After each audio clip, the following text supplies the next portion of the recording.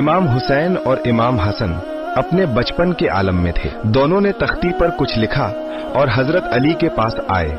आदर से बोले, बाबा जान बताइए हम दोनों में से किसकी लिखावट बेहतर है। हजरत अली एक पल सोच में पड़ गए और फरमाया, अगर मैं किसी एक को अच्छा कहूँ तो दूसरे को तकलीफ होगी, इसलिए तुम दोनों अपने अम्मी जान के पास जाओ, वही फैसला करेंगी।